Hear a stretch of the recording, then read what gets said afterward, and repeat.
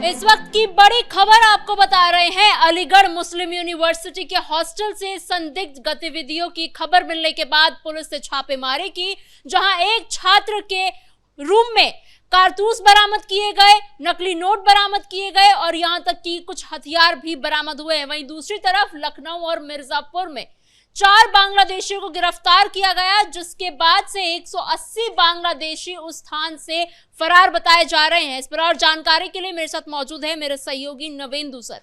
Sir, Aligarh मुस्लिम university इतनी बड़ी university है और जब वहां छापेमारी होती है तो हॉस्टल रूम से हथियार, नकली नोट, फेक डॉक्यूमेंट्स बरामद किए जाते हैं। देखिए, ये कोई पहला मामला नहीं है। अलीगढ़ मुस्लिम यूनिवर्सिटी हमेशा से विवादों में रहा है।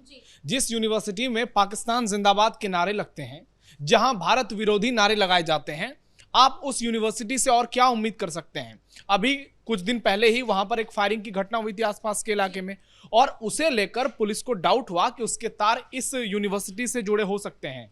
इसलिए पुलिस ने यूनिवर्सिटी में छापेमारी की और छापेमारी के बाद जो सच्चाई सामने आई उसने हर किसी को हैरान कर दिया।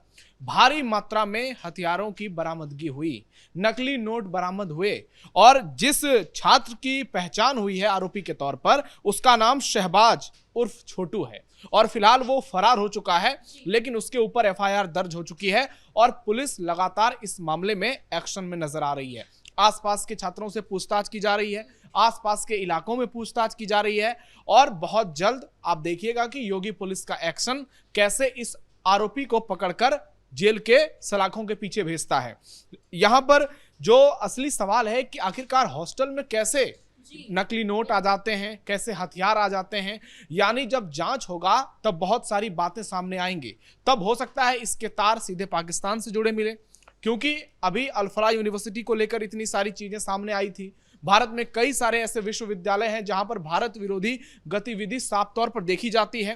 तो ऐसे में अलीगढ़ मुस्लिम यूनिवर्सिटी जो हमेशा से विवादों में रहता है, वहां से ऐसी सामग्री जो बरामद की गई है, हथियार जो बरामद किए गए हैं, ये कोई चौंकाने वाली बात नहीं है, लेकिन ये अपने आप में कई सवाल खड़े करते हैं। सर, अभी लगातार उत्तर प्रदेश से कई आतंकियों को भी गिरफ्तार किया गया और कई ऐसे लोगों को गिरफ्तार किया गया जो पाकिस्तान में अपने बैठे हैंडलर्स के लिए काम कर रहे थे। क्या ये छात्र भी उन्हीं में से एक हो सकते हैं? देखिए, जब ये जांच होगा तो उसमें पता चलेगा, लेकिन अभी बहुत सारे जगहों पर पुलिस की छापेमारी की गई, एनआईए की छापेमारी की गई और पाकिस्तानी एजेंट का पर्दाफाश हुआ। चाहे आप गाजियाबाद की बात करें, मेरठ की बात करें, हापुड़ की बात करें, और कई लोगों के तार शहजाद भट्टी से जुड़े नजर आए, दूसरे आतंकी संगठन से जुड़े आए और ये लोग भारत में रहकर, भारत का खाकर भारत को दहलाने की कोशिश में लगे हुए थे।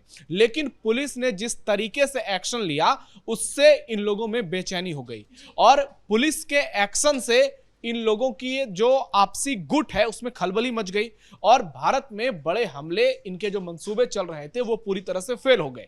लेकिन अलीगढ़ मुस्लिम यूनिवर्सिटी में को लेकर जब जांच पूरी हो जाएगी इस शहबाज को लेकर, तो फिर बहुत सारी बातें सामने आएंगी।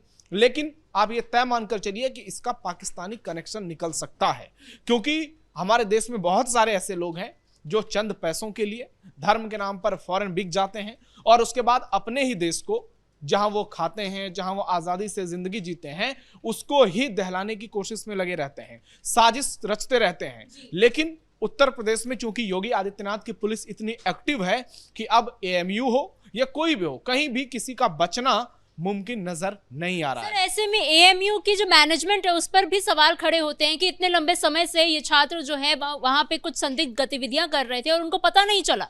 देखिए, अभी एक फिल्म पूरे भारत में चल रही है धुरंधर 2 और इससे पहले धुरंधर आई थी, तो वहां नकली नोटों का कारोबार दिखाया गया, उसका यूपी नेटवर्क दिखाया गया, अतीक अहमद से कनेक्शन जुड़ा हुआ नजर आया। तो बहुत सारे ऐसे यूनिवर्सिटीज हैं जिसके कनेक्शन पाकिस्तानियों के साथ हैं, जिनके कनेक्शन पाकिस्तान परस्तों के साथ हैं और वो लोग उत्तर प्रदेश में बैठे हुए हैं, वो भारत में बैठे हुए हैं और ये सिर्फ, मैंने कहा कि ये चंद पैसे के लिए बिक जाते हैं। ये प्रोफेसर हो, टीचर हो, प्रिंसिपल हो, कि सरकारी पद पर रहते हुए ये लोग भारत के खिलाफ साजिशें रचते हैं और जब जांच पूरी हो जाएगी उसके बाद बहुत सारी बातें सामने आएंगी, फिर यह तय हो जाएगा कि असली आरोपी कौन है, यूनिवर्सिटी प्रशासन है या फिर कोई और है। लेकिन बार बार अलीगढ़ मुस्लिम यूनिवर्सिटी से इस तरीके की जो खबर सामने आती है वो अपने आप में शर्मनाक है। वो वहां के प्रशासन, जो विश्वविद्यालय प्रशासन है, उस पर गंभीर सवाल खड़े करती है। और अब योगी आदित्यनाथ की पुलिस बहुत तगड़ा एक्शन लेने वाली है। आगे चलकर एएमयू में ऐसी गतिविधि शायद ही देखने को मिले। सर, वहीं दूसरी तरफ लखनऊ और मिर्जापुर से बहुत सारे लोगों को पकड़ा जा रहा है जिन पर आरोप है कि वो बांग्लादेशी है। लेकिन जैसे ये छापेमारी पड़ती है वैसे ही 180 बांग्लादेशी फरार हो जाते हैं। देखिए, मिर्जापुर में 4 बांग्लादेशियों की गिरफ्तारी हुई है और लखनऊ में छापेमारी जैसे हुई 180 गायब हो गए और ये सारे के सारे सफाई कर्मी बताए जा रहे हैं। स्थिति ऐसी हो गई कि वहां पे इलाके में 15% सफाई कर्मी की कमी हो गई है। तो यह सवाल उठाता है कि आखिर अगर आप सरकारी कर्मचारी हैं तो फिर पुलिस के एक्शन से क्यों डर रहे हो भाई? अगर तुमने कोई गलती नहीं की तो पुलिस का सामना करो, पुलिस जो सवाल कर रही है उसका जवाब दो। लेकिन असल में ये बांग्लादेशी हैं, ये फर्जीवाड़ा करके भारत में रह रहे हैं, वो भी कहां? उत्तर प्रदेश, जो देश का सबसे बड़ा प्रदेश है, उसकी राजधानी लखनऊ में, और नौकरी तक हासिल कर ली है। इससे आप समझ सकते हैं कि कैसे अखिलेश यादव के समय में फर्जीवाड़ा हुआ था, कैसे मुलायम सिंह यादव के दौर में इतना बड़ा घोटाला हुआ था, जहां बांग्लादेशी नागरिकों को बसाया जाता था, उनको नौकरियां दी जाती थी, और आज देखिए आप उनके लिए छातियां पीटी जाती हैं, चाहे अखिलेश यादव हो, ममता बनर्जी हो।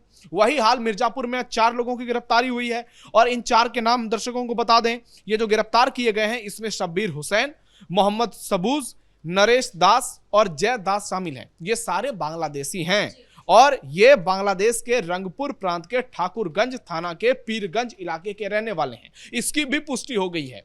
तो ऐसे में लगातार योगी पुलिस का एक्शन बांग्लादेशियों को बेनकाब कर रहा है और ये पूरे उत्तर प्रदेश में नजर आ रहा है। कभी आपने देखा होगा, अभी किसी का कनेक्शन बिहार से मिला, किसी का फरीदाबाद से निकला। ये जो पाकिस्तानी और बांग्लादेशियों की फौज हमारे देश में लगातार पनप रही है, योगी सरकार इसको कुचलने के लिए जीत तोड़ मेहनत कर रही है। और पुलिस का जो एक्शन नजर आ रहा है वो सीधे सीधे बता रहा है कि कोई भी पाकिस्तानी हो, कोई भी बांग्लादेशी हो, वो बच नहीं पाएगा। अब इन 4 लोगों से जो पूछताछ की गई है उसमें से उसने बड़ा खुलासा किया है और कहा है कि 2021 में बांग्लादेश सीमा की नदी पार कर पश्चिम बंगाल के रायगंज ये लोग पहुंचे थे।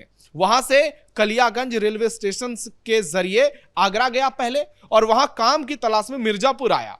उसके बाद डगमगपुर पड़री में पीके क्रेशर पर पहचान छुपाकर काम करने लगा और इसके बाद शब्बीर और साबुज ने फर्जी तरीके से डॉक्यूमेंट्स बनवाए, आधार कार्ड और पैन कार्ड, और उसके बाद लोगों को बेवकूफ बनाया।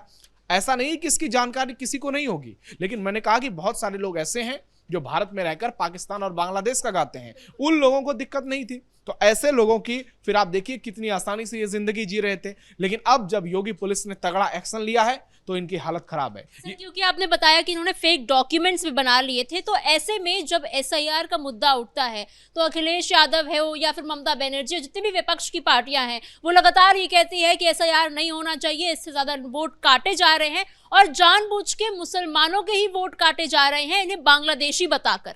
नहीं, ये बात तो सही है कि जो लोग बाहर से आए हैं उनको भारत में वोट देने का अधिकार नहीं है, चाहे एसआईआर पश्चिम बंगाल में हो, केरल में हो, उत्तर प्रदेश में हो, कहीं भी हो, वो तो बेहद जरूरी है।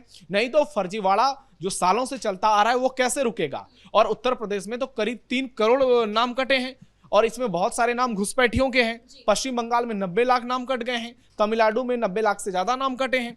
तो ऐसे में अखिलेश यादव हो, ममता बनर्जी हो, ये इसलिए छाती पीट रहे हैं क्योंकि ये जो घुसपैठिया समाज है, बीजेपी दावा करती है कि ये अखिलेश ममता के कोर वोटर हैं, ये तेजस्वी यादव के वोटर हैं, ये राहुल गांधी के वोटर हैं, क्योंकि ये लोग इनकी पैरवी करते हैं, इनके खिलाफ कुछ भी सुनने के लिए तैयार नहीं होते हैं, यहां तक कि सुप्रीम कोर्ट तक पहुंच जाते हैं और वहां इनके लिए लड़ाई लड़ते हैं। और ममता बनर्जी तो सीधे सीधे कहती हैं कि ये हमारे देश के अतिथि हैं। तो आप इससे समझिए कि किस कदर इन लोगों ने इन जो बांग्लादेशी हैं उनको अपना मेहमान बनाया, कैसे इनको पाला पोसा और इनको वोट तक का अधिकार दे दिया, और ये लोग वोट देकर हमारे देश के लोगों का अधिकार खा रहे हैं। तो इन लोगों को पीड़ा तो होगी ही, क्योंकि इनका वोट कट रहा है और कल 10 तारीख है, कल उत्तर प्रदेश का फाइनल वोटर लिस्ट जारी होने वाला है।